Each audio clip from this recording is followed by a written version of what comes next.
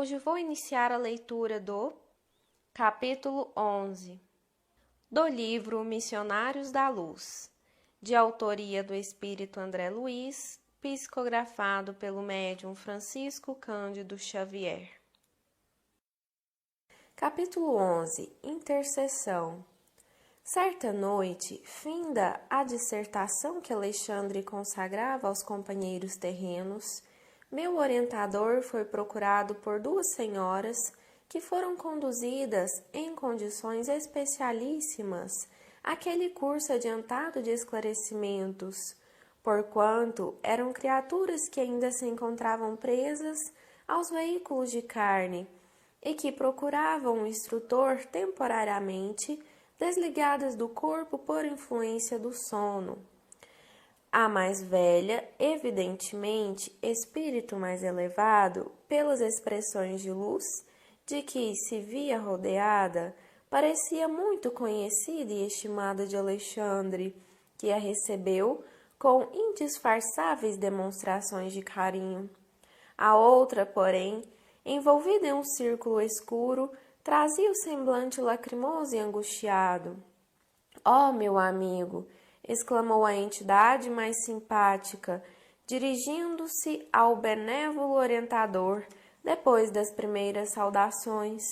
"Trago-lhe minha prima Esther, que perdeu o esposo em dolorosas circunstâncias." E enquanto a senhora indicada enxugava os olhos em silêncio, acabrunhadíssima, a outra continuava: "Alexandre, conheço a elevação e a urgência de seus serviços. Entretanto, ouso pedir a sua ajuda para os nossos pesares terrestres. Se houver absurdo em nossa rogativa, desculpe-nos com o seu coração clarividente e bondoso. Somos mulheres humanas. Perdoe-nos, pois, se batemos à sua porta de benfeitor para atender a problemas tristes." "Etelvina, minha amiga", falou o instrutor com entonação de ternura, "em toda parte a dor sincera é digna de amparo. Se há sofrimentos na carne, existem eles também aqui, onde nos encontramos sem os despojos grosseiros, e em todos os lugares devemos estar prontos à cooperação legítima. Diga, portanto, o que desejam e ponham-se à vontade." Ambas as senhoras demonstraram aliviadas e passaram a conversar calmamente. Etelvina, satisfeita, apresentou então a companheira, que começou a relatar seu doloroso romance. Casara-se fazia 12 anos, com o segundo noivo, que o destino lhe reservara, esclarecendo que o primeiro, ao qual amara muito, suicidara-se em circunstâncias misteriosas. A princípio, preocupara-se intensamente com a atitude de Noé, no primeiro noivo bem-amado de seu coração. Todavia, o devotamento de Raul, o esposo que o céu lhe enviara, conseguira desfazer-lhe as mágoas do passado, edificando-lhe a ventura conjugal com amoroso entendimento. Haviam recebido 3 filhinhos da providência divina e viviam em harmonia completa. Raul, conquanto melancólico, era dedicado e fiel. Quantas vezes desejara ela balsamizar-lhe em vão as chagas recônditas.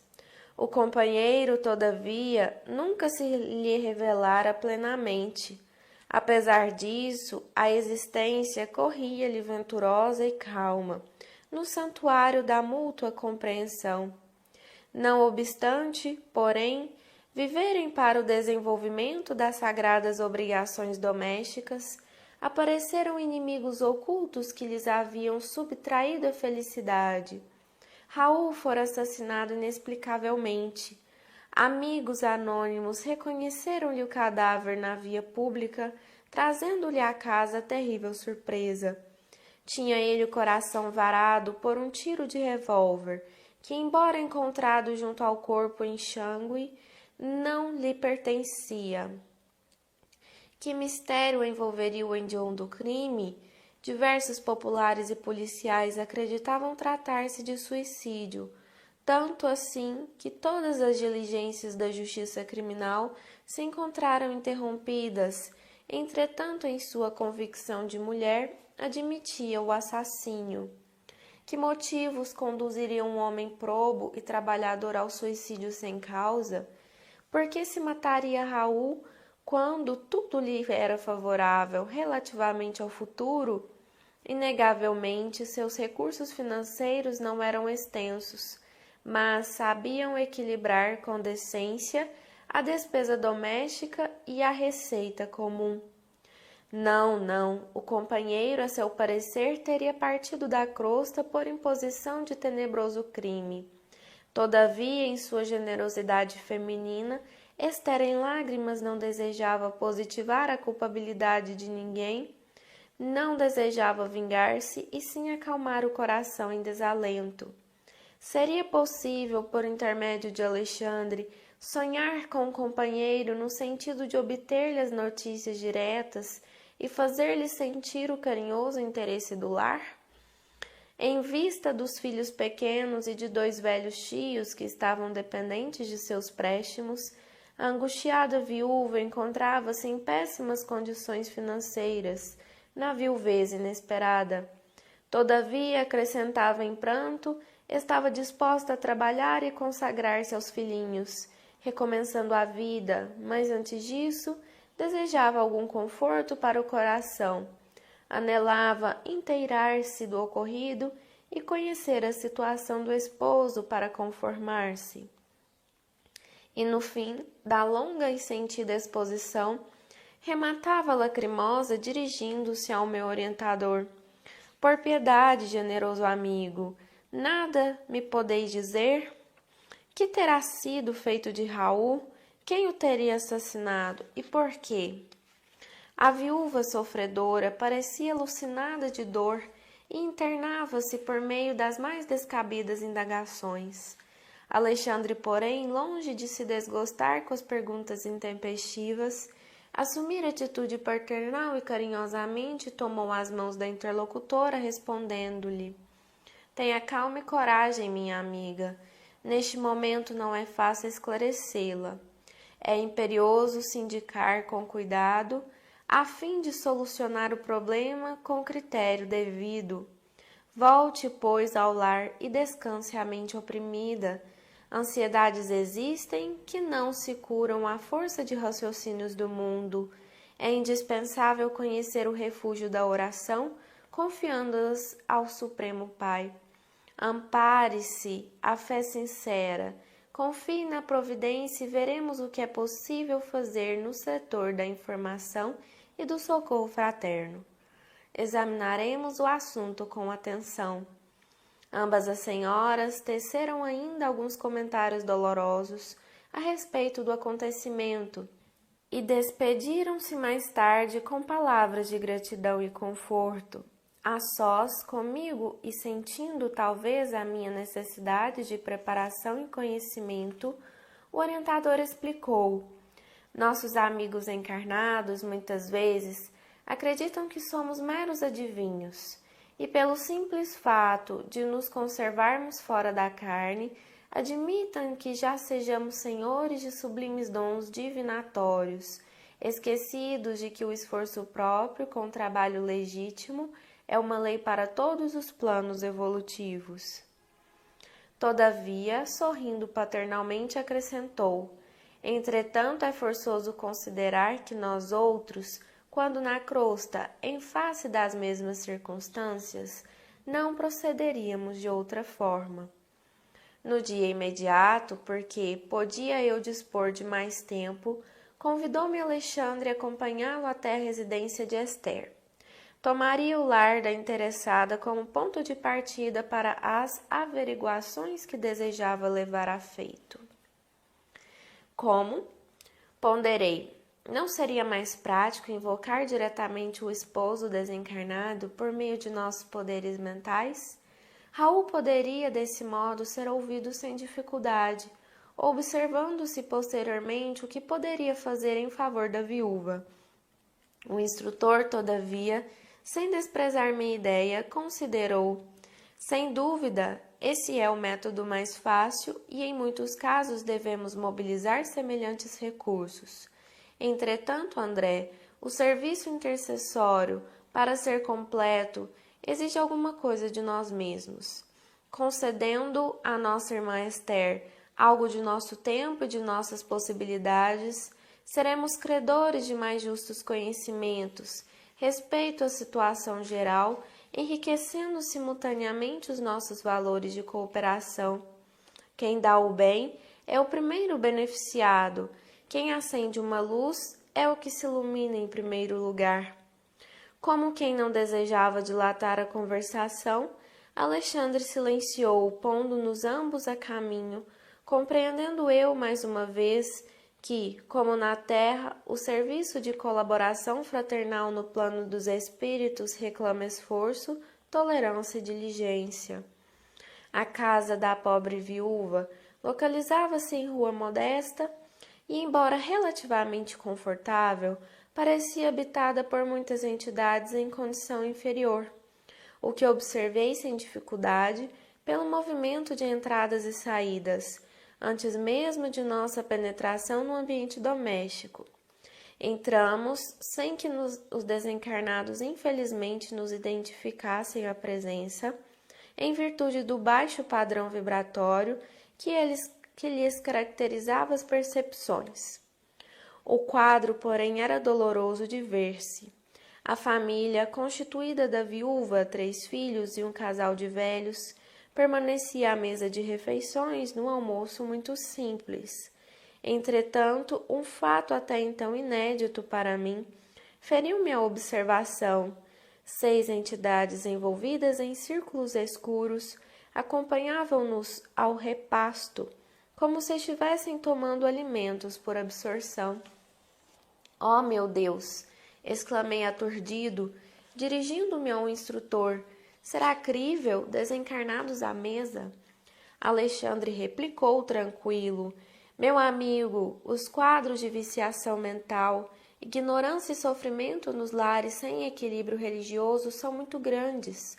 Onde não existe organização espiritual, não há defesas da paz de espírito. Isso é intuitivo para todos os que estimem o reto pensamento. Após ligeira pausa, em que fixava compadecido a paisagem interior, prosseguiu. Os que desencarnam em condições de excessivo apego aos que deixaram na crosta, neles encontrando as mesmas algemas, quase sempre se mantêm ligados à casa, às situações domésticas e aos fluidos vitais da família. Alimentam-se com a parentela e dormem nos mesmos aposentos onde se desligaram do corpo físico. Mas chegam a se alimentar de fato utilizando os mesmos acepipes de outro tempo? Indaguei espantado ao ver a satisfação das entidades congregadas ali, absorvendo gostosamente as emanações dos pratos fumegantes. Alexandre sorriu e acrescentou: tanta admiração somente por vê-los tomando alimentos pelas narinas? E nós outros? Desconhece você, porventura, que o próprio homem encarnado recebe mais de 60% da alimentação comum por meio de princípios atmosféricos captados pelos condutos respiratórios? Você não ignora também que as substâncias cozidas ao fogo sofrem profunda desintegração. Ora, os nossos irmãos viciados nas sensações fisiológicas encontram nos elementos desintegrados o mesmo sabor que experimentavam quando em uso do envoltório carnal. Após ligeira pausa, em que fixava compadecido a paisagem interior, prosseguiu: os que desencarnam em condições de excessivo apego aos que deixaram na crosta, neles encontrando as mesmas algemas, quase sempre se mantêm ligados à casa, às situações domésticas e aos fluidos vitais da família. Alimentam-se com a parentela e dormem nos mesmos aposentos onde se desligaram do corpo físico. Mas chegam a se alimentar de fato utilizando os mesmos acepipes de outro tempo? Indaguei espantado ao ver a satisfação das entidades congregadas ali, absorvendo gostosamente as emanações dos pratos fumegantes. Alexandre sorriu e acrescentou: tanta admiração somente por vê-los tomando alimentos pelas narinas? E nós outros? Desconhece você, porventura, que o próprio homem encarnado recebe mais de 60% da alimentação comum por meio de princípios atmosféricos captados pelos condutos respiratórios? Você não ignora também que as substâncias cozidas ao fogo sofrem profunda desintegração. Ora, os nossos irmãos viciados nas sensações fisiológicas encontram nos elementos desintegrados o mesmo sabor que experimentavam quando em uso do envoltório carnal. No entanto, ponderei, parece desagradável tomar refeições, obrigando-nos à companhia inevitável de desconhecidos e mormente desconhecidos da espécie que temos sob os olhos. Você, porém, não pode esquecer, aduziu o orientador, que não se trata de gente anônima. Estamos vendo familiares diversos que os próprios encarnados retêm com suas pesadas vibrações de apego doentio. Alexandre pensou num momento e continuou. Admitamos, contudo, a sua hipótese. Ainda que a mesa doméstica estivesse rodeada de entidades indignas estranhas aos laços consanguíneos, resta a certeza de que as almas se reúnem obedecendo às tendências que lhes são características e a circunstância de que cada espírito tem companhias que prefere. E, desejoso de fornecer bases sólidas ao meu aprendizado, considerou: a mesa familiar é sempre um receptáculo de influenciações de natureza invisível. Valendo-se dela, medite o homem no bem, e os trabalhadores espirituais nas vizinhanças do pensador virão partilhar-lhe o serviço no campo abençoado dos bons pensamentos. Conserve-se a família em plano superior, rendendo culto às experiências elevadas da vida, e os orientadores da iluminação espiritual aproximar-se-ão lançando no terreno da palestra construtiva das sementes das ideias novas, que então se movimentam com a beleza sublime da espontaneidade. Entretanto, pelos mesmos dispositivos da lei de afinidade, a maledicência atrairá os caluniadores invisíveis e a ironia buscará sem dúvida as entidades galhofeiras e sarcásticas que inspirarão um anedotário menos digno, deixando margem vastíssima à leviandade e à perturbação. Indicando o grupo à mesa, Alexandre acentuou: aqui os tristes e inveterados atraem os familiares desencarnados de análoga condição. É o vampirismo recíproco. Ouça você o que falam. Agucei meus ouvidos e, com efeito, observei que a conversação era das mais lastimáveis. Nunca pensei que viria a sofrer tanto neste mundo, exclamava a velha tia de Esther, queixando-se amargamente. Agostinho e eu trabalhamos tanto na mocidade, agora chegados à velhice sem recursos para enfrentar a vida, somos obrigados a sobrecarregar uma pobre sobrinha viúva. Oh, que doloroso destino! E enquanto as lágrimas lhe corriam nas faces de cera, o ancião fazia coro. É verdade, para uma vida laboriosa e difícil, tão amargosa compensação. Jamais esperei uma velhice tão escura. As entidades vestidas de túnicas de sombra, ao ouvirem semelhantes declarações, pareciam também mais comovidas, abraçando-se aos velhos com fervor. A viúva, todavia, embora tristonha, acrescentou resignada: de fato, nossas provações têm sido cruéis. Entretanto, devemos confiar na bondade de Deus. Alexandre fixou nela a sua atenção e notei que na alma da viúva se fazia disposição singular. De olhos brilhantes, como se percebesse de muito longe a nossa influenciação espiritual, Recordou o sonho da noite de modo vago, acentuando. Graças à providência, amanheci hoje muito mais confortada. Sonhei que a prima Etelvina me conduziu à presença de um mensageiro celestial que me abençoou o coração, aliviando minhas pesadas dores desses últimos dias. Oh, como me rejubilaria se pudesse reconstituir esse sonho de luz! Ora, mamãe, conte-nos, exclamou a filhinha de 7 anos presumíveis, que até ali se mantivera em silêncio. A senhora de bom grado comentou: minha filha, não se pode descrever as grandes sensações. Não me lembro precisamente de tudo, mas recordo-me de que o emissário de Jesus me ouviu com paciência e em seguida disse-me palavras de encorajamento e amor. Longe de me repreender, acolheu-me bondoso e, revelando divina tolerância, escutou minhas queixas até o fim, qual médico abnegado. Inegavelmente, levantei-me hoje com outro ânimo. Estejamos conformados, pois Deus nos auxiliará. Logo que me refaça completamente, ganharei nosso pão com trabalho honesto. Tenhamos esperança e fé. Em face das afirmativas encorajadoras de Esther, os meninos entreolharam-se sorridentes, enquanto os velhinhos calaram a amargura que lhes era própria. Desejei fazer-me visível aos companheiros desencarnados sem luz, que se movimentavam no recinto de maneira a palestrar com eles, sondando-lhes as experiências, mas Alexandre dissuadiu-me. Seria perder tempo, disse.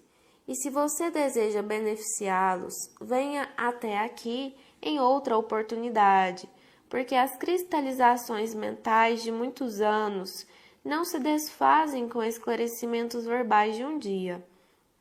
No momento, nosso objetivo é diverso. Precisamos obter informações sobre Raul. Além disso, se nos valêssemos da hora, a fim de ouvir nossos irmãos desencarnados presentes, verificaríamos de pronto que eles poderiam apenas relacionar dolorosas lamentações sem proveito construtivo, e revelando reduzido interesse pela conversação dos encarnados, em vista do objetivo essencial do momento, considerou: procuremos algum de nossos irmãos visitadores. Temos necessidade de informes iniciais para dar uma feição imediata ao nosso trabalho intercessório. Porque Alexandre demandasse outros aposentos, deixei igualmente a modesta sala de refeições, embora desejasse continuar observando. O instrutor, porém, não tinha muito tempo para gastar. Depois de rápidos minutos, fomos defrontados por uma entidade de aspecto humilde, mas muito digno, a quem Alexandre se dirigiu afavelmente. Meu amigo é visitador em função ativa? Sim, para servi-lo, respondeu atencioso o interpelado. O orientador expôs-se com franqueza e em poucas palavras o que desejávamos. Então, o irmão visitador explicou-se razoavelmente. Conhecera Raul de perto, auxiliara-o muitas vezes, prestando-lhe continuada assistência espiritual. Todavia, não pudera nem ele, nem outros amigos evitar-lhe o suicídio friamente deliberado. Suicídio? Interrogou Alexandre, procurando informar-se de maneira completa. A viúva acredita em assassínio. Entretanto, ponderou o novo amigo, ele soubera dissimular com cuidado. Meditara por muito tempo o ato infeliz e no último dia fizera aquisição de um revólver para o fim desejado. Alvejando a região do coração, atirou a arma a pequena distância depois de utilizá-la cautelosamente para evitar as impressões digitais, e desse modo conseguira burlar a confiança dos familiares, fazendo-os supor tivesse havido doloso crime. E chegou a vê-lo nos derradeiros minutos da tragédia? Indagou Alexandre paternal. Sim, esclareceu o interlocutor. Alguns amigos e eu tentamos socorrê-lo, mas em vista das condições da morte voluntária friamente deliberada, não nos foi possível retirá-lo da poça de sangue em que se mergulhou, retido por vibrações pesadíssimas e angustiosas. Permanecíamos em serviço com o fim de ampará-lo, quando se aproximou um bando de algumas dezenas, que abusou do infeliz e deslocou-o facilmente em virtude da harmonia de forças perversas. Como pode compreender, não nos foi possível arrebatá-lo das mãos dos salteadores da sombra que o carregaram por aí. O instrutor parecia satisfeito com as elucidações e, quando vi que se dispunha a terminar a palestra, ousei perguntar: mas e a causa do suicídio? Não será interessante ouvir o visitador? Não, explicou Alexandre tranquilamente. Indagaremos do próprio interessado. Despedimo-nos. Determinada indagação, todavia, atormentava-me o cérebro. Não a contive por muitos instantes, dirigindo-me ao generoso orientador. Um bando? Mas o que significa? Interroguei. Alexandre, que me parecia agora mais preocupado, esclareceu. O bando a que se refere o informante é a multidão de entidades delinquentes dedicadas à prática do mal. Embora tenham influenciação limitada, em virtude das defesas numerosas que rodeiam os núcleos de nossos irmãos encarnados e as nossas próprias esferas de ação, levam a efeito muitas perturbações, concentrando os impulsos de suas forças coletivas. Porque fosse muito grande a minha estranheza, o instrutor aduziu. Não se surpreenda, meu amigo. A morte física não é banho milagroso, que converta maus em bons e ignorantes em sábios, de um instante para o outro. Há desencarnados que se apegam aos ambientes domésticos à maneira da era às paredes. Outros, contudo, e em vultuoso número, revoltam-se nos círculos da ignorância que lhes é própria e constituem as chamadas legiões das trevas, que afrontaram o próprio Jesus por intermédio dos obsidiados diversos. Organizam-se diabolicamente, formam cooperativas criminosas, e ai daqueles que se transformam em seus companheiros. Os que caem na senda evolutiva, pelo descaso das oportunidades divinas, são escravos sofredores desses transitórios, mas terríveis poderes das sombras, em cativeiro que podem caracterizar-se por longa duração. No entanto, o visitador regional, como guarda destes sítios, inquiria espantado: não poderia defender o suicídio infeliz? Se ele fosse vítima de assassínio, sim, respondeu o instrutor, porque na condição real de vítima, o homem segrega determinadas correntes de força magnética suscetíveis de pô-lo em contato com os missionários do auxílio, mas no suicídio previamente deliberado, sem a intromissão de inimigos ocultos, como este, sob nossa observação, o desequilíbrio da alma é inexprimível e acarreta absoluta incapacidade de sintonia mental com os elementos superiores. Mas, indaguei assombrado, as sentinelas espirituais não poderiam socorrer independentemente? Esboçou Alexandre um gesto de tolerância fraterna e acentuou: sendo a liberdade interior apanágio de todos os filhos da criação, não seria possível organizar precipitados serviços de socorro para todos os que caem nos precipícios dos sofrimentos, por ação propositada, com plena consciência de suas atitudes. Em tais casos, a dor funciona como medida de auxílio nas corrigendas indispensáveis, mas e os maus que parecem felizes na própria maldade? Perguntará você naturalmente. Esses são aqueles sofredores perversos e endurecidos de todos os tempos, que apesar de reconhecerem a decadência espiritual de si mesmos, criam perigosa crosta de insensibilidade em torno do coração, desesperados e desiludidos, obrigando venenosa revolta, atiram-se à onda torva do crime, até que um novo raio de luz lhes desabroche no céu da consciência. O assunto oferecia ensejo a valiosos esclarecimentos, mas Alexandre esboçou um gesto de quem não podia gastar muito tempo com palavras e depois de ligeiro intervalo acrescentou: André, mantenha-se em oração, ajudando-me por alguns momentos.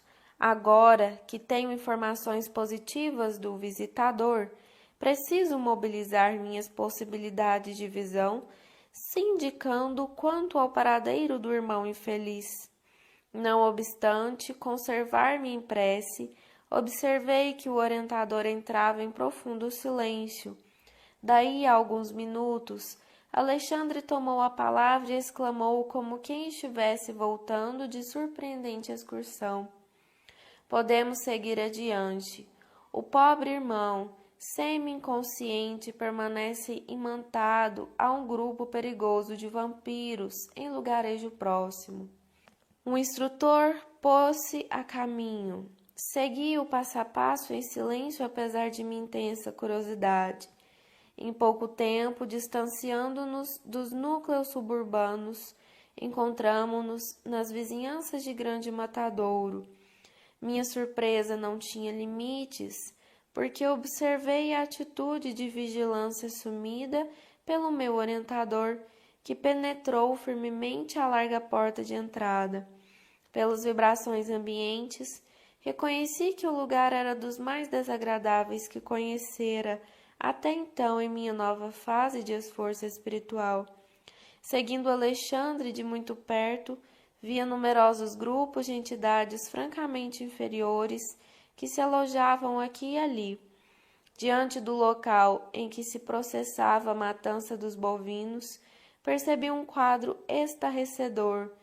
Grande número de desencarnados, em lastimáveis condições, atirava-se aos borbotões de sangue vivo, como se procurassem beber o líquido em sede devoradora. Alexandre percebera o assombro doloroso que se apossara de mim e esclareceu-me com serenidade. Está observando, André, estes infelizes irmãos que nos não podem ver pela deplorável situação de embrutecimento e inferioridade, estão sugando as forças do plasma sanguíneo dos animais. São famintos que causam piedade.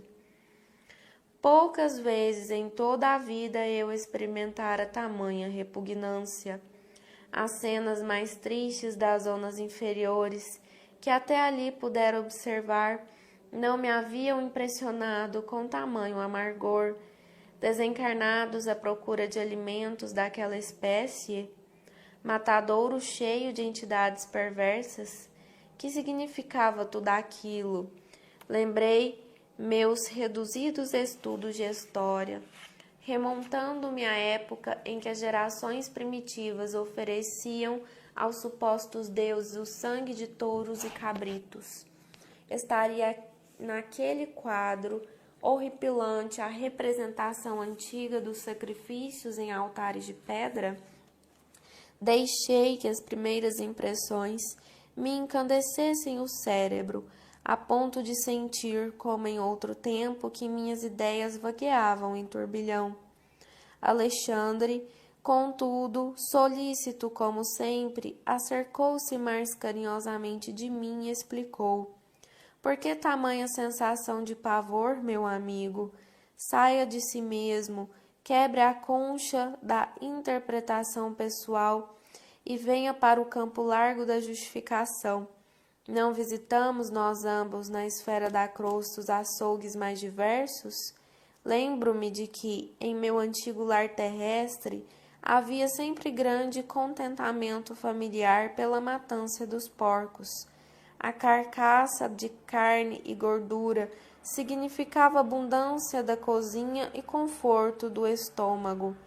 Com o mesmo direito, acercam-se os desencarnados tão inferiores quanto já o fomos, dos animais mortos, cujo sangue fumegante lhes oferece vigorosos elementos vitais.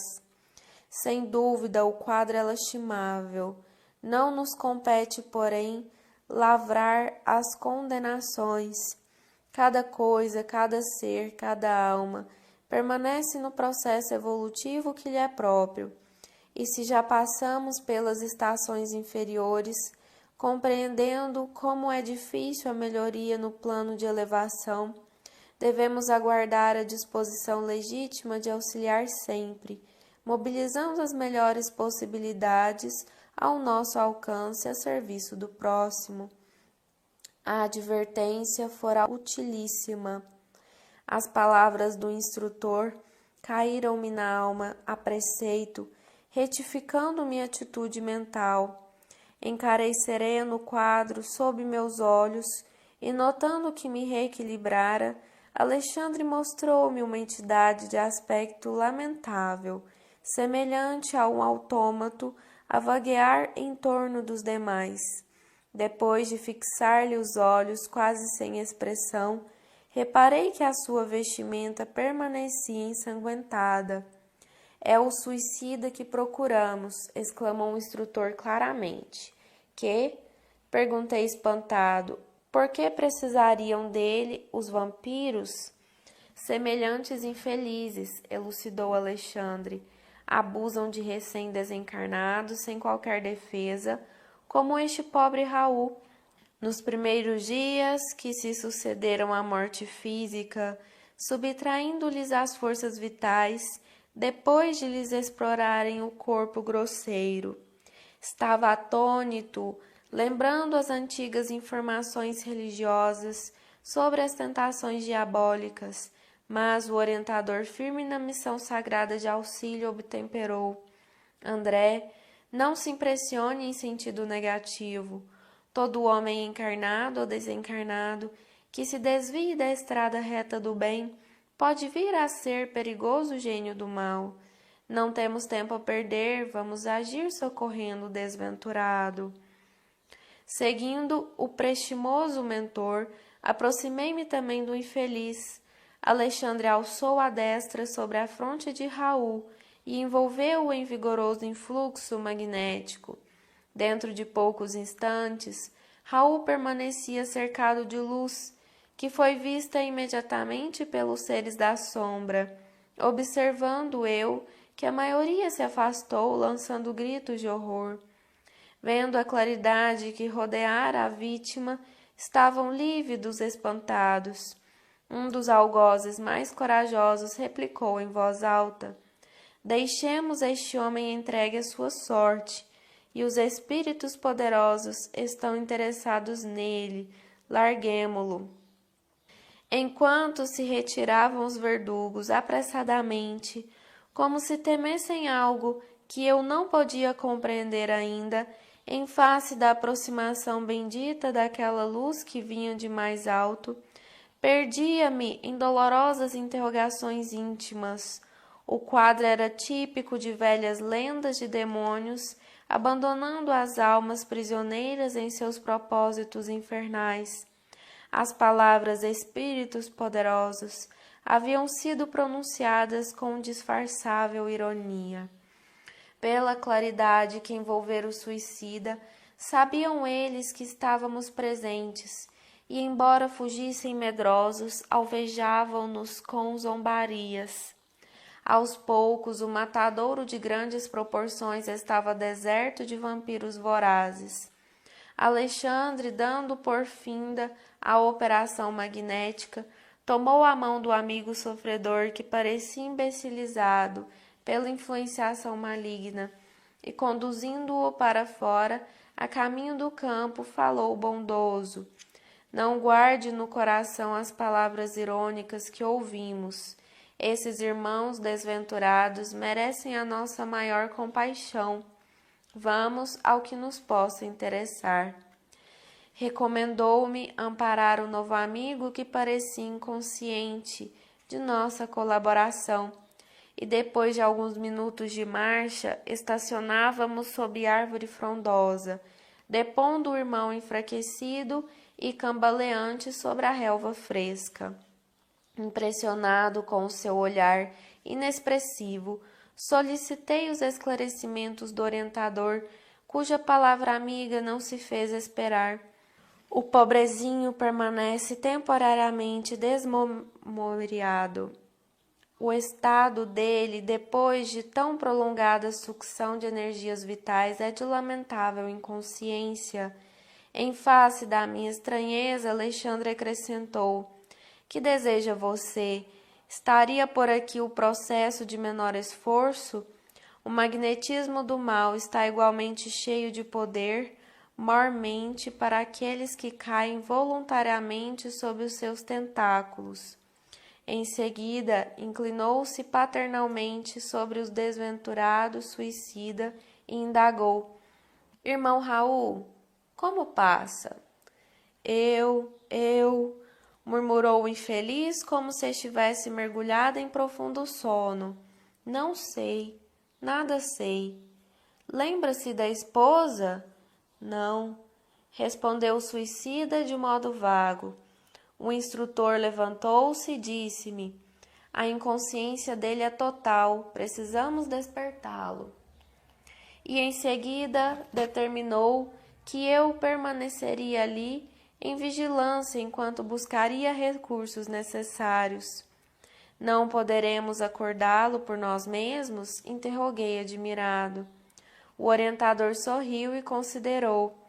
Bem se reconhece que você não é veterano em serviços intercessórios. Esquece-se de que vamos despertá-lo não só para a consciência própria, senão também para a dor? Romperemos a crosta de magnetismo inferior que o envolve e Raul regressará ao conhecimento da situação que lhe é própria. Entretanto, sentirá o martírio do peito varado pelo projétil. Rugirá de angústia ao contato da sobrevivência dolorosa, criada, aliás, por ele mesmo.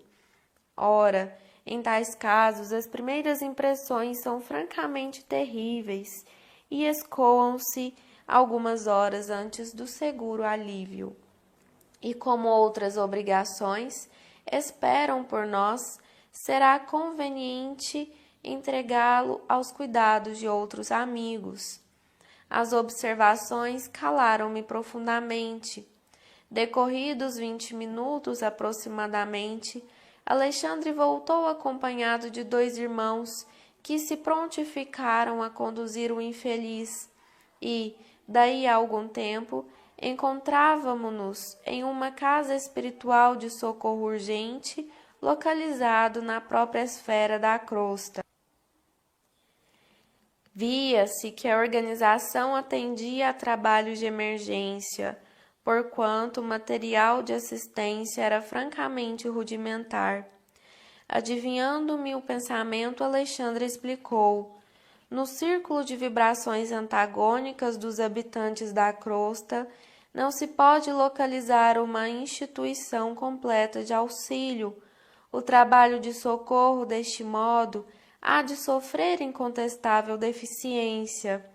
Esta casa, porém, é um hospital volante que conta com a abnegação de muitos companheiros. Deposto Raul no leito-alvo, o devotado instrutor começou a aplicar-lhe passes magnéticos sobre a região cerebral. Não se passou muito tempo e o infeliz lançou um grito estertoroso e vibrante, dilacerando meu coração. Eu morro! Gritava Raul, em suprema aflição, tentando agora escalar as paredes.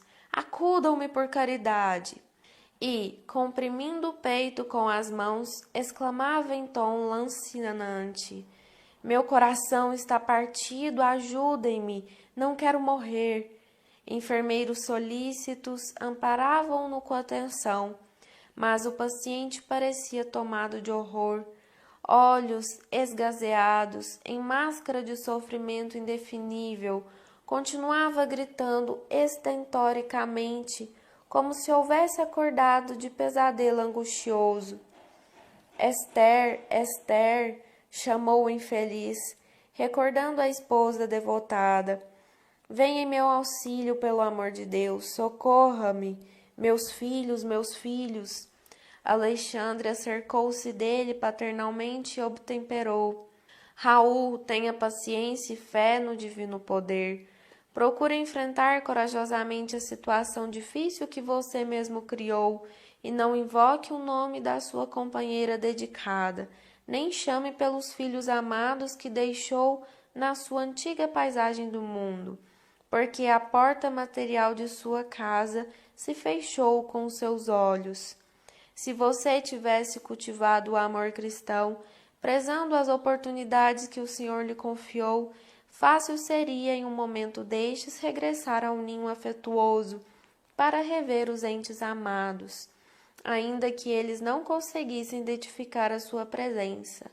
Mas agora, meu amigo, é muito tarde. É necessário aguardar outro ensejo de trabalho e purificação, porque a sua oportunidade, com o nome terrestre de Raul, está finda. Imenso pavor, a estampar-se-lhe o semblante, o interpelado revidou. Estarei morto porventura? Não sinto o coração varado de dor? Não tenho as vestes ensanguentadas? Será isso morrer? Absurdo! Muito sereno, o bondoso instrutor voltou a falar. Não empunhou sua arma contra o próprio peito? Não localizou o coração para exterminar a própria vida? Oh, meu amigo, podem os homens enganar uns aos outros, mas nenhum de nós poderá iludir a justiça divina. Revelando a extrema vergonha, ao sentir-se descoberto, o suicida prorrompeu em soluços, murmurando: Ah, desventurado que sou, 1000 vezes infeliz. Alexandre, contudo, não tornou a falar-lhe naquela circunstância. Depois de recomendá-lo carinhosamente aos cuidados dos irmãos responsáveis pelos serviços de assistência, dirigiu-se a mim, explicando: Vamos, André, nosso novo amigo está em crise cuja culminância não cederá antes de 70 horas, aproximadamente. Voltaremos mais tarde a vê-lo. De regresso aos meus trabalhos, esperei ansioso o instante de reatar as observações educativas. Impressionava-me a complexidade do serviço intercessório, as simples orações de uma esposa saudosa e dedicada haviam provocado atividades numerosas para o meu orientador e valiosos esclarecimentos para mim. Como agiria Alexandre na fase final? Que revelações teria Raul para os nossos ouvidos de companheiros interessados no seu bem-estar? Conseguiria a esposa consolar-se nos círculos da viuvez? Obrigando interrogações numerosas, aguardei um momento alazado. Decorridos 4 dias, o instrutor convidou-me a tornar ao assunto, o que me fez exultar de contentamento pela possibilidade de prosseguir, aprendendo para minha própria evolução. Encontramos Raul cheio de dores, todavia mais calmo para sustentar a conversação esclarecedora. Queixava-se da ferida aberta, do coração descontrolado, dos sofrimentos agudos, do grande abatimento. Sabia, porém, que não se encontrava mais no círculo da carne, embora semelhante verdade lhe custasse angustioso pranto. Tranquilize-se, disse-lhe o meu orientador com inexprimível bondade. Sua situação é difícil, mas poderia ser muito pior. Há suicidas que permanecem agarrados aos despojos cadavéricos por tempo indeterminado. assistindo à decomposição orgânica e sentindo o ataque de vermes vorazes. Ai de mim, suspirou o mísero, porque além de suicida sou igualmente criminoso. Demonstrando infinita confiança em nós, Raul contou a sua história triste, procurando justificar o ato extremo. Na mocidade, viera do interior para a cidade grande, atendendo ao convite de Noé, seu camarada de infância. Companheiro devotado e sincero, esse amigo apresentara-o certa vez à noiva querida, com quem esperava tecer no futuro o ninho de ventura doméstica. Ai, desde o dia, porém, que vira Esther pela primeira vez, nunca mais pôde esquecê-la. Personificava a jovem, o que ele, Raul, reputava como seu mais alto ideal para o matrimônio feliz. Em sua presença, sentia-se o mais ditoso dos homens. Seu olhar alimentava-lhe o coração. Suas ideias constituíam a continuidade de seus próprios pensamentos. Como, porém, fazer-lhe sentir o afeto imenso? Noé, o bom companheiro do passado, tornara-se-lhe o empecilho que precisava remover. Esther seria incapaz de traição ao compromisso assumido. Noé mostrava-se infinitamente bondoso e estimável para provocar um rompimento. Foi então que lhe nasceu no cérebro a tenebrosa ideia de um crime. Eliminaria o rival, não cederia sua felicidade a ninguém. O colega deveria morrer. Como, porém, efetuar o plano sem complicações com a justiça? Enceguecido pela paixão violenta, passou a estudar minuciosamente a realização de seus criminosos propósitos e encontrou uma fórmula sutil para a eliminação do companheiro dedicado e fiel. Ele, Raul, passou a usar conhecido e terrível veneno de pequeninas doses, aumentando-as vagarosamente até habituar o organismo com quantidades para que outrem seria fulminantes. Atingindo o padrão de resistência, convidou o companheiro para jantar e propinou-lhe o veneno odioso no vinho agradável que ele próprio bebeu sem perigo algum. Noé, porém, desaparecera em poucas horas, passando por suicida a apreciação geral.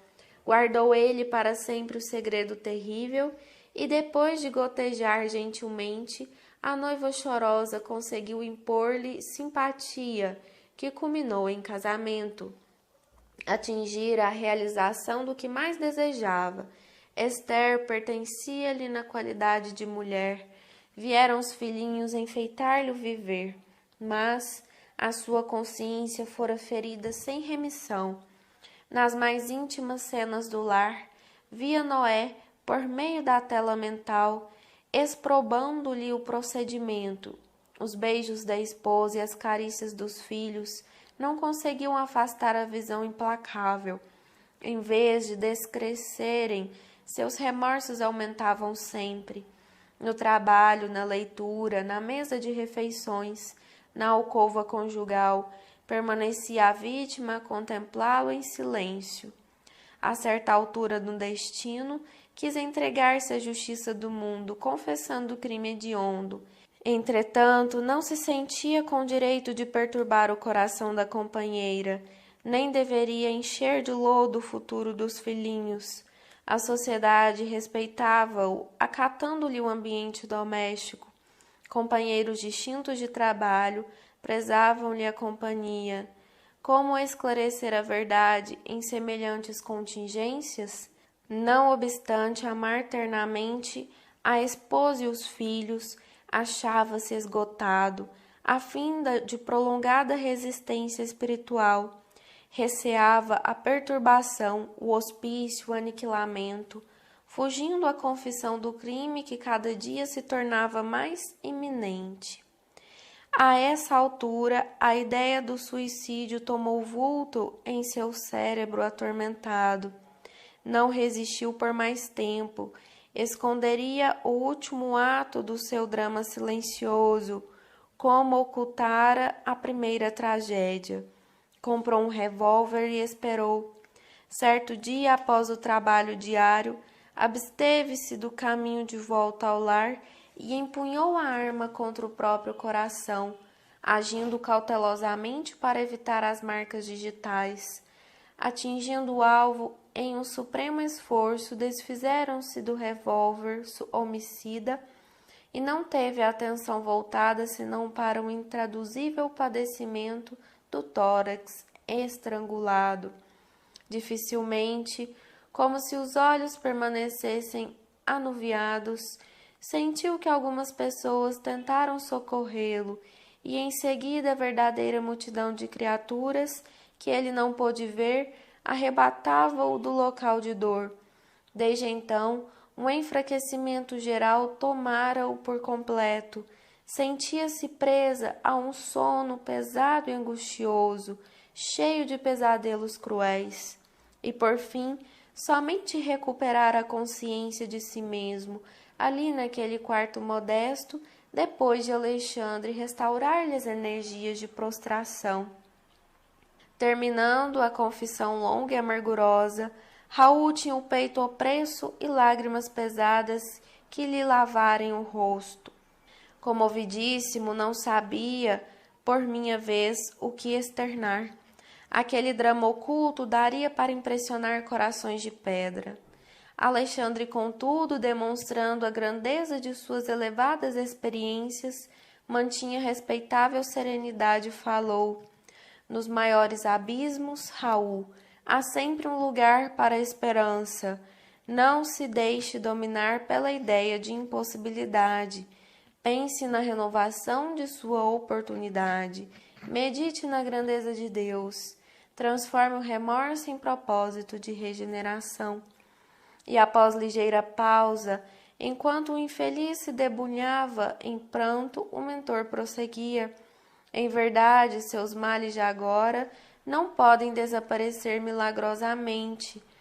Todos faremos a colheita compatível com a semeadura, mas também nós, que hoje aprendemos alguma coisa, já passamos inúmeras vezes pela lição de recomeçar.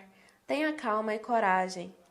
Em seguida, Alexandre passou a notificá-lo relativamente à causa de nosso interesse, explicando-lhe que o trabalho de auxílio fraterno fora iniciado por meio das orações da esposa carinhosa e desolada. Deu-lhe notícias dela, dos filhinhos e dos velhos tios.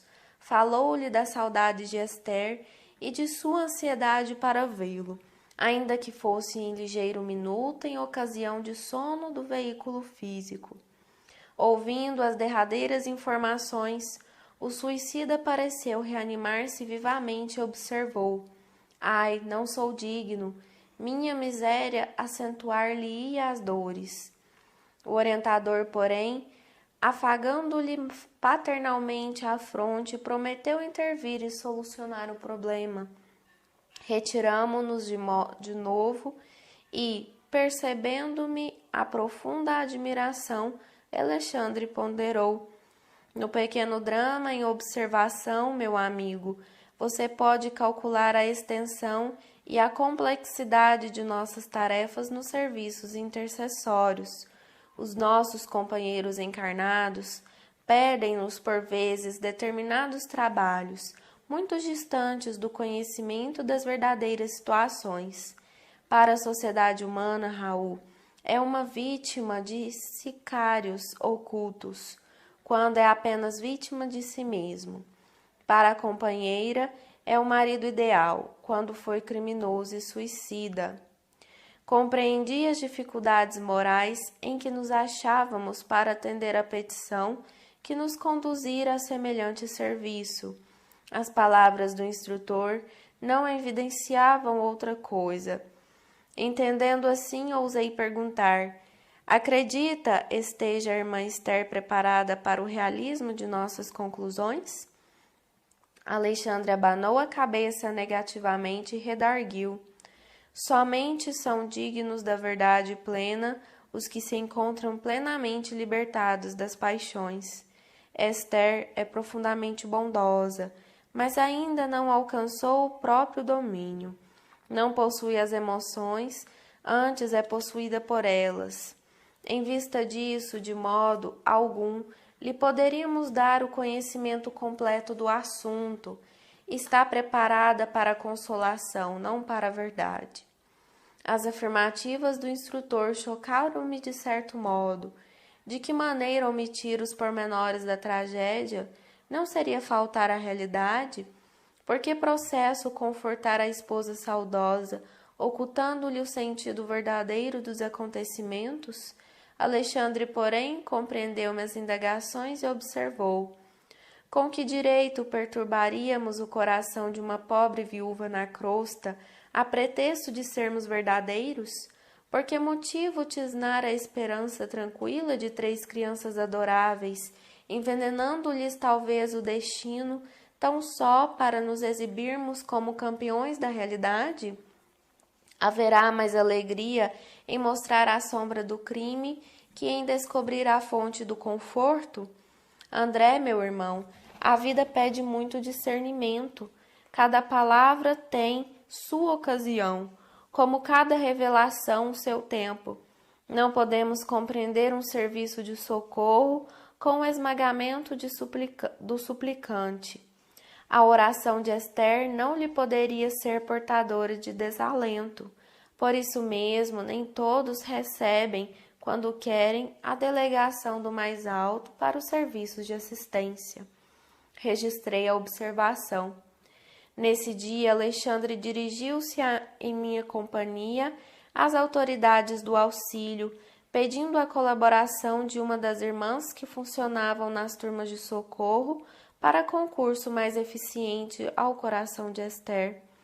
Foi destacada Romualda, criatura dedicada e bondosa, que desceu para a crosta junto de nós, recebendo atenciosamente as recomendações do prestimoso amigo. Alexandre não se alongou em muitas instruções. Romualda deveria preparar a viúva espiritualmente para visitar na noite próxima o esposo desencarnado e em seguida mostrar-se junto dela 2 semanas colaborando o reerguimento de suas energias psíquicas e cooperando para que se lhe reorganizasse a vida econômica por meio de colocação honesta e digna. Era de ver-se o caminho que o delicado instrutor dedicou a todas as providências em curso. Quase no momento aprazado para o reencontro dos cônjuges, comparecemos ao Hospital Volante de Socorro Espiritual, onde o instrutor cuidou pessoalmente de todas as medidas. Renunciasse a menor expressão de queixa, para que se abstivesse a qualquer gesto que pudesse traduzir impaciência ou aflição. Em seguida, mandou velar a chaga aberta e sanguinolenta, muito visível na região dilacerada do organismo perispiritual, para que a pessoa não recebesse qualquer impressão de sofrimento. O próprio Raul, admirado pela lição de boas maneiras, atendia satisfeito e reanimado a todas as instruções. Daí a minutos, Romualda entrou em companhia de Esther, cujo olhar deixava entrever angústia e expectação. Alexandre tomou-a pelo braço e mostrou-lhe o companheiro estendido no leito alvo. Raul, Raul! Gritou a viúva desolada, provisoriamente liberta do corpo carnal, dilacerando-me o coração pelo doloroso tom de voz. A comoção dela era extrema. Quis prosseguir e não pôde. Dobraram-se-lhe os joelhos e encontrou-se genuflexa, junto ao leito do esposo, soluçando. Reparei que os olhos dele permaneciam marejados, de pranto que não chegava a cair. Alexandre fixava-o com firmeza, dando-lhe a entender a necessidade de coragem para o angustioso testemunho. Como a criança interessada em conhecer as recomendações paternas, o suicida acompanhava os menores gestos do nosso generoso orientador. E porque Alexandre lhe fizera ligeiro sinal, Raul tomou a destra da companheira em lágrimas e falou: Não chores mais, Esther. Tem confiança em Deus. Vela pelos nossos filhinhos e ajuda-me com a tua fé. Vou indo muito bem. Não há razão para que nos lamentemos. Querida, a morte não é o fim. Aceita a vontade do Pai, como estou procurando aceitar. Nossa separação é temporária. Nunca te esquecerei. Estarás em meu coração onde eu estiver. Também estou saudoso de tua companhia, de tua dedicação, mas o Altíssimo nos ensinará a transformar saudades em esperanças. As palavras do suicida, bem como a doce inflexão de sua voz, surpreendiam minha observação. Raul demonstrava um potencial de delicadeza e finura psicológica que até aí não revelara aos meus olhos. Foi então que, aguçando a percepção visual, notei que fios tenuíssimos de luz ligavam a fronte de Alexandre ao cérebro dele e compreendi que o instrutor lhe ministrava vigoroso influxo magnético, amparando-o na difícil situação. Ouvindo-lhe as expressões consoladoras, a viúva pareceu reanimar-se, exclamando lacrimosa: "Ó Raul, eu sei que agora estamos separados pelos abismos da sepultura. Sei que devo esperar a decisão suprema para unir-me contigo para sempre. Ouve, auxilia-me na terra, na viuvez inesperada e dolorosa. Levanta-te e vem para a nossa casa, dar-me esperança ao espírito abatido. Defende-nos ainda contra os maus. Não me deixeis sozinha com os nossos filhinhos que tanto precisam de ti. Pede a Deus essa graça e vem ajudar-nos até o fim." Embora continuasse estirado no leito, o interpelado afagou-lhe carinhosamente os cabelos e respondeu: "Tem coragem e fé. Lembra-te, Esther, de que existem padecimentos maiores que os nossos e conforma-te. Vou fortalecer-me e trabalharei ainda por nós. Assim como me esperas a assistência, esperar-te-ei a confiança. O Senhor não nos confia problemas dos quais não sejamos dignos. Volta para a nossa casa e alegra-te. Não tenhas medo da necessidade. Nunca nos faltará a bênção do pão. Procura a alegria do trabalho honesto e semeia o bem através de todas as oportunidades que o mundo te ofereça. A prática do bem dá saúde ao corpo e alegria ao espírito. E Deus, que é bom e justo, abençoará nossos filhinhos para que eles sejam felizes ao teu lado. Não te demores mais. Volta confiante. Guarda a certeza de que estou vivo e de que a morte do corpo é somente a necessária transformação." Compreendendo que a oportunidade do reencontro estava a esgotar-se, revelou à ansiosa esposa extrema curiosidade e aflição, fitando o companheiro através das lágrimas, e perguntou: "Raul, antes que me vá, dize-me francamente que aconteceu, quem te roubou a vida?" Notei que o interpelado mostrou no olhar terrível angústia ante a indagação inesperada. Quis talvez confessar a verdade, fazer luz em torno de suas experiências extintas, mas o socorro magnético de Alexandre não se fez esperar. Jato de intensa luminosidade partiu da mão do orientador, que a essa altura da conversação mantinha sobre a fronte do suicida a destra protetora. Transformou-se-lhe a expressão fisionômica, restabelecendo-se-lhe a serenidade e a coragem. Novamente calmo, Raul falou à companheira: "Esther, os processos da justiça divina não se encontram ao dispor de nossa apreciação. Guarda contigo a certeza de que estamos sendo instruídos todos os dias e em todos os acontecimentos. Aprende a procurar antes de tudo a vontade de Deus." A pobre viúva desejou prolongar a palestra, adivinhava-se-lhe pelos olhos aflitos o intenso propósito de continuar bebendo as sublimes consolações do momento. Mas Alexandre tomou-lhe o braço e recomendou-lhe a necessidade de despedir-se. A esposa chorosa não relutou. Concentrando toda a sua capacidade afetiva nas palavras, disse adeus ao suicida e beijou-lhe as mãos com infinito carinho. Algo distante da organização hospitalar de emergência, confiou ao instrutor aos cuidados de Romualda e regressou em minha companhia. Não consegui ocultar minha enorme admiração por semelhante serviço de assistência. Alexandre percebeu meu estado da alma e falou comovidamente. Segundo observa, o trabalho de socorro pede muito esforço e devotamento fraterno. Não podemos esquecer que Raul e Esther são dois enfermos espirituais e nessa condição requerem muita compreensão de nossa parte.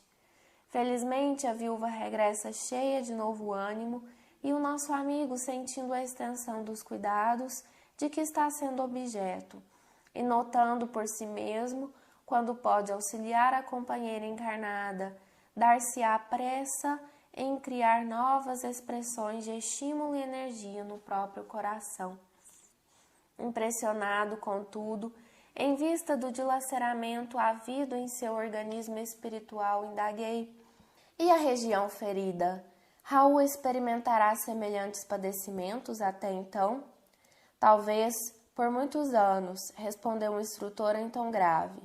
Isso, porém, não impedirá de trabalhar intensamente no campo da consciência, esforçando-se pela reaproximação da bendita oportunidade regeneradora. Outros problemas afloravam minha ideia. No entanto, o instrutor precisava ausentar-se em demanda de incumbências difíceis, nas quais não poderia eu acompanhá-lo. Pedi-lhe permissão para seguir de perto o trabalho de assistência, levado a efeito por Romualda, recebendo-lhe a generosa aprovação. Desejava saber até que ponto se confortara a viúva ativa e observar-lhe o proveito daquele reencontro que traduzia elevada concessão. No dia seguinte, voltei ao lar modesto, justamente por ocasião do almoço familiar. Romualda andava aflita. O ambiente interno adquirira novo aspecto. As entidades viciadas não haviam desaparecido totalmente, mas o seu número fora consideravelmente reduzido. Amparando a sua protegida, a irmã auxiliadora recebeu-me com amabilidade. Notificou-me que a viúva amanhecera muito melhor e que ela, Romualda, fizera o possível para manter-lhe a recordação plena do sono. Como era natural, a pobrezinha não poderia lembrar-se de todas as minúcias. Entretanto, fixara as impressões culminantes, suscetíveis de acordar-lhe a divina esperança e restaurar-lhe o bom ânimo. Recomendou-me verificar por mim mesmo o efeito maravilhoso da providência. De fato, o semblante da viúva ganhara nova expressão. De olhos límpidos e brilhantes, narrava aos tios e aos filhinhos o sublime sonho da noite. Todos as escutavam sob forte interesse, mormente as crianças que pareciam participar de seu júbilo interior. Esther terminara a narrativa emocionada. Observei então que a velha tia esboçava um gesto de incredulidade, perguntando-lhe: "E você acredita ter visitado Raul no outro mundo?" "Como não?" redarguiu a viúva sem pestanejar. "Tenho ainda a impressão de suas mãos sobre as minhas e sei que Deus me concedeu semelhante graça para que eu readquira minhas forças para o trabalho. Despertei hoje profundamente reanimado e feliz. Enfrentarei o caminho com novas esperanças. Esforçar-me-ei e o vencerei." "Ó, mamãe, como nos consolam suas palavras!" murmurou um dos pequenos de olhos muito vivos. "Como desejaria estar com a senhora para ouvir o papai nesse sonho maravilhoso." Nesse instante, o velhinho, que se alimentava em silêncio, ponderou na qualidade de excelente representante da descrença humana. É interessante notar que tem o Raul consolado tanto o seu coração de mulher. Nada tem elucidado sobre o crime que o atirou no sepulcro. Esther, que sentiu a ironia da observação, influenciada pela benfeitora que ali se mantinha, respondeu prontamente: Muitas vezes, meu tio, não sabemos ser gratos às bênçãos divinas. Recordo-me desta verdade ao lhe ouvir semelhante raciocínio. Envergonho-me quando não me lembro de haver feito interrogação desta natureza ao pobre Raul, abatido e pálido no leito. Basta-me a felicidade de tê-lo visto e ouvido em um mundo que eu não posso compreender agora. Tenho a certeza de que o visitei em algum lugar, que nos interessa descobrir criminosos, quando não podemos levantar-lhe o corpo físico. Em nossa preocupação de punir culpados sem dar conta de nossas próprias culpas, iremos ao absurdo de desejar ser mais justos que o próprio Deus? Calou-se o tio pensativo, e observei que as crianças sentiam imensa alegria pela resposta maternal. O coração de Esther penetrara a zona lúcida e sublime da fé viva, absorvendo paz, alegria e esperança a caminho de uma vida nova. Ao me despedir, felicitei Romualda pelo seu nobre trabalho. A generosa servidora pôs-me a par do seu projeto de serviço. Permanecia mais estreitamente ao lado da viúva, insuflando-lhe a coragem e bom ânimo. Na semana próxima, contava com a possibilidade de cooperar no sentido de organizar-lhe o serviço bem remunerado. Admirei-me ouvindo o programa, principalmente no que tocava ao auxílio material. Entretanto, Romualda aduziu muito calma. Quando os companheiros terrestres se fazem merecedores, podemos colaborar em benefício deles com todos os recursos ao nosso alcance, desde que a nossa cooperação não lhes tolha a liberdade de consciência. Roguei-lhe, então, o obséquio de admitir-me o concurso, no dia aprazado para os serviços finais. Romualda aqueceu bondosamente e, passada uma semana, fui por ela avisado quanto à medida de conclusão dos trabalhos de assistência. Voltei ao lar da viúva, em companhia da digna servidora espiritual que me recomendou: faça o favor de assistir nossa amiga enquanto vou buscar a pessoa indicada para auxiliá-la. Já movimentei todas as providências cabíveis na situação e não temos tempo a perder. Mantive-me ali em profunda curiosidade e, decorridas 3 horas aproximadamente, alguém bateu à porta, chamando-me a atenção. Em seguida de Romualda, uma dama distinta vinha ao encontro de Esther, oferecendo-lhe trabalho honesto em sua oficina de costura. A viúva chorava de emoção e de alegria, e enquanto combinavam determinadas medidas de serviço, em um quadro confortador de júbilo geral, a irmã auxiliadora falou-me contente: agora, irmão André, podemos voltar tranquilamente. O serviço que nos foi confiado está concluído, graças ao Senhor.